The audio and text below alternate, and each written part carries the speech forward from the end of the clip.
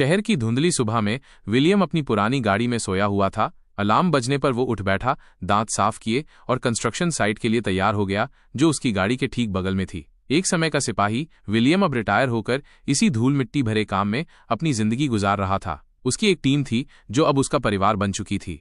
Office में उसकी मुलाकात जॉय और उसके परिवार से हुई, पत्नी कार्ला और प्यारी बेटी जेनी। गार्सिया परिवार, जो इस कंस्ट्रक्शन प्रोजेक्ट का नेतृत्व कर रहा था, विलियम को भी अपना ही मानता था। तभी विलियम की नजर बाहर खड़ी एक काली गाड़ी पर पड़ी। उसमें कुछ गुंडे एक वर्कर को बेरहमी से पीट रहे थे। विलियम तुरंत बाहर निकला और उन्हें रोकने की कोशिश की। गुंडों ने धौंस दिखानी शुरू कर दी, यहां तक कि बंदूकें भी निकाल लीं। लेकिन विलियम भी कहां डरने वाला था। उसने अकेले ही उनकी धुनाई कर दी। जब और गुंडे आने लगे तो विलियम को अपनी सुरक्षा के लिए अपनी छिपाई हुई बंदूक निकालनी पड़ी। उसने उन्हें चेतावनी दी कि वो यहाँ कोई जेम ला नहीं चाहता, जिसके बाद वे दबंग चुपचाप खिसक गए। कुछ देर बाद जेनी विलियम के पास टिफिन लेकर आई और उसे खाने के लिए कहा। जेनी उसे अपना दोस्त मानती थी और उसका ख्याल रखती थी। काम खत्म होने के बाद विलियम अपनी बेटी मैरी से मिलने गया। उसकी पत्नी अब इस दुनिया में नहीं थी। विलियम ने मैरी को अपने ससुर के घर पर छोड़ रखा था। विलियम मैरी को एक अच्छे रेस्टोरेंट में ले गया और उसे उसकी माँ की आखिरी तस्वीर दी। तस्वीर देखकर मैरी उदास हो गई और बोली कि वो अपनी माँ से बहुत नाराज है कि वो उन्हें अकेला छोड़कर चली गई। कहानी अब जेनी की ओर मुड़ती है, जो अपने दोस्तों के साथ एक क्लब में पार्टी कर रही थी। उसने काफी पी ली थी, जिसकी वजह से उसकी एक दोस्त की हालत खराब हो गई। जेनी उसे फ्रेश होने के लिए वॉशरूम ले गई और फिर अपने दोस्त से कहा कि उसका घर जाने का समय हो गया है। जैसे ही जेनी वॉशरूम से बाहर निकली, किसी ने उसे अगवा कर लिया। अगले दिन दोपहर तक जेनी घर नहीं लौटी। जॉय ने पुलिस में शिकायत दर्ज कराई, जहां उसे पता चला कि उसकी बेटी का अपहरण हो गया है। वह बुरी तरह से परेशान था और जेनी के वीडियो देखकर उसे याद कर रहा था। उसने विलियम से गुहार लगाई कि वो उसकी बेटी को ढूंढे। इसके बदले में वो उसे लाखों रुपए देने को तैयार था। जॉय जानता था कि विलियम एक पूर्व सैनिक होने के नाते ये काम बखूबी कर सकता है। जॉय की बेबसी देखकर विलियम ने कहा कि वो जेनी को जरूर ढूंढेगा। विलियम ने कुछ तस्वीरें निकाली और छानबीन शुरू कर दी। वो सबसे पहले उस क्लब में गया जहां से जेनी गायब हुई थी। वहां उसने जॉनी नाम के एक वेटर को देखा, जो चुपके से लोगों को ड्रग्स बेच रहा था। विलियम ने उसे कई बार ऐसा करते देखा था। उसे समझ आ गया कि जॉनी को कुछ न कुछ जरूर पता होगा, क्योंकि ड्रग्स सप्लाई करने वालों की बड़े लोगों से जान पहचान होती है। विलियम ने जॉनी का पीछा किया और उसके घर तक पहुंच गया।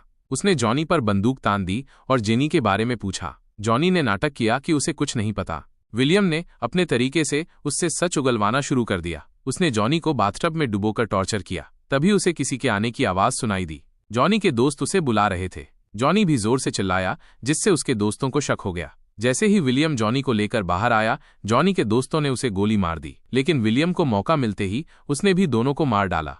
अब जेनी को एक कमरे में बंद दिखाया जाता है। अगली सुबह विलियम जॉनी के घर के बाहर अपनी गाड़ी में बैठा इंतजार कर रहा था। कुछ देर बाद व्लादिमीर नाम का एक आदमी वहां आया, शायद जॉनी से मिलने। उसे नहीं पता था कि अंदर क्या होने वाला है। वह ड्रग्स के बदले जॉनी से पैसे लेने आया था। घर के अंदर सब कुछ देखकर वो घबरा गया। उसे समझ नहीं आ रहा था कि इन लोगों को किसने और क्यों मारा, क्योंकि पैसा और ड्रग्स वहीं पड़े थे।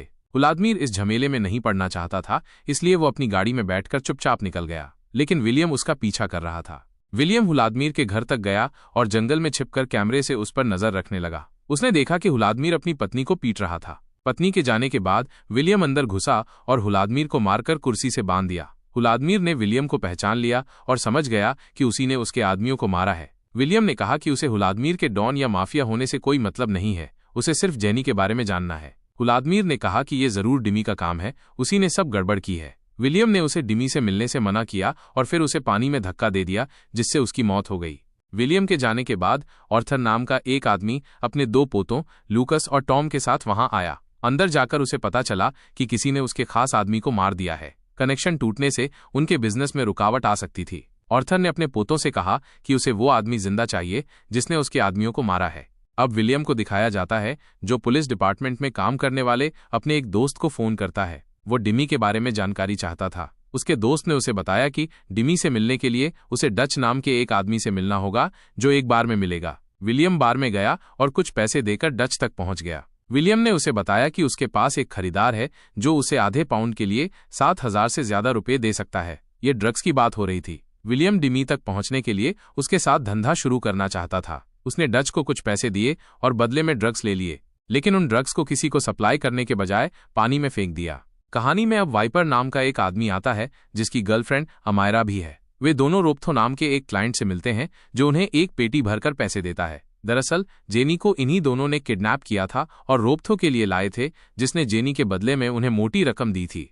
अगली सुबह डच ने विलियम को फोन किया और पूछा कि उसके क्लाइंट को ड्रग्स कैसा लगा। विलियम ने झूठ कहा कि क्लाइंट बहुत खुश थे और ड्रग्स चाहते थे। डच ने उसे पैसे लेकर आने और किसी से मिलवाने की बात कही। विलियम सूट बूट पहनकर डच के बताए पते पर गया और आखिरकार डिमी से मिला। डिमी को देखकर विलियम के दिमाग में एक ही बात घूम रही थी कि बंदूक निकालकर जेनी के बारे में पूछे और उसकी खोपड़ी उड़ा दे, लेकिन वह ऐसा नहीं कर सकता था क्योंकि वहां उसके बहुत से आदमी थे। हालांकि ये मानना पड़ेगा कि लालच देकर वो आसानी से डिमी तक पहुंच गया। डिमी को भी ऐसा आदमी चाहिए था जो उसके ड्रग्स को सप्लाई कर सके, इसलिए उसने ज्यादा छानबीन नहीं की और विलियम से हाथ मिला लिया। विलियम ने उसे पैसे दिए और बदले में डिमी ने उसे ड्रग्स दिए। इस तरह उनके बीच डील हो गई, लेकिन विलियम ने ड्रग्स ले जाकर फिर से पानी में फेंक दिए। घर वापस जाकर जब विलियम जेनी के क्लब की कुछ तस्वीरें देख रहा था तो उसे तस्वीरों में वाइपर दिखाई दिया जो जेनी के आसपास घूम रहा था और उसकी तस्वीरें क्लिक कर रहा था। जॉनी का फोन अभी भी विलियम के पास था, जिससे उसे पता चला कि जॉनी बार बार वाइपर को जेनी के बारे में बता रहा था। तभी जॉनी के फोन पर एक मैसेज आया जिसमें हेट सैलून लिखा था। बाद में पता चला कि ये हेट सैलून एक बार का नाम है। किसी को ड्रग्स चाहिए थे, इसलिए वो जॉनी को मैसेज कर रहा था। लेकिन बार के कंट्रोल रूम में वाइपर की गर्लफ्रेंड अमायरा बैठी थी और उसने विलियम को देख लिया। बाद में पता चला कि विलियम को फंसाने के लिए ये सब एक प्लान था।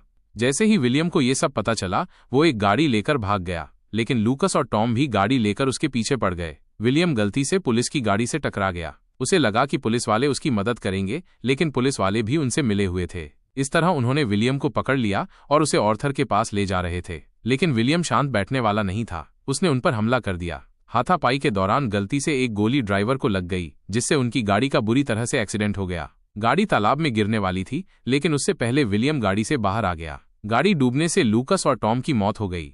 अगले दिन जब ऑर्थर को इसके बारे में पता चला तो वो और ज्यादा नाराज हो गया, क्योंकि अब उसने अपने पोतों को भी खो दिया था।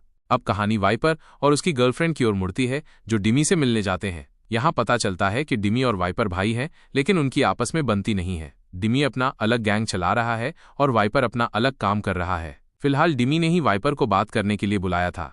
वो वाइपर पर बहुत गुस्सा था और उसे डांट रहा था कि उसकी एक गलती की वजह से कितने लोग मारे जा रहे हैं। उसने सिर्फ 5 लाख रुपए के लिए उस लड़की को किडनैप किया था और अब जो उसे ढूंढ रहा है वो सबको मार रहा है। कुछ देर बाद जब वाइपर अपनी गर्लफ्रेंड को लेकर वहां से चला जाता है तो ऑर्थर डिमी से मिलता है और कहता है कि किसी ने उसके बाप को पानी में डुबोकर मार डाला है और उसे इस बात की बिल्कुल फिक्र नहीं है। यहाँ पता चलता है कि हुलादमीर, जिसे विलियम ने पूल में डुबोकर मारा था, डिमी का बाप था। डिमी जवाब देता है कि उसे उनसे कोई लेना देना नहीं है। ऑर्थर कहता है कि उसे फिक्र है क्योंकि उसने उसके कई आदमियों को मार डाला है। इतना कहकर वो डिमी को विलियम की तस्वीर दिखाता है जो कैमरा फुटेज से ली गई थी। तस्वीर देखकर डिमी एकदम से दंग रह जाता है। उसे पता चलता है कि जिसके साथ वो डील कर रहा है वही सबको मार रहा है। इतना कहकर वो ऑर्थर को विलियम का ड्राइविंग लाइसेंस दे देता है। दरअसल इस धंधे को करने के लिए ड्राइविंग लाइसेंस जमा करना पड़ता है, इसलिए विलियम का ड्राइविंग लाइसेंस उसके पास पड़ा हुआ था। इस ड्राइविंग लाइसेंस की मदद से वे विलियम की पूरी जानकारी निकाल लेते हैं। अगले ही पल ऑर्थर का एक आदमी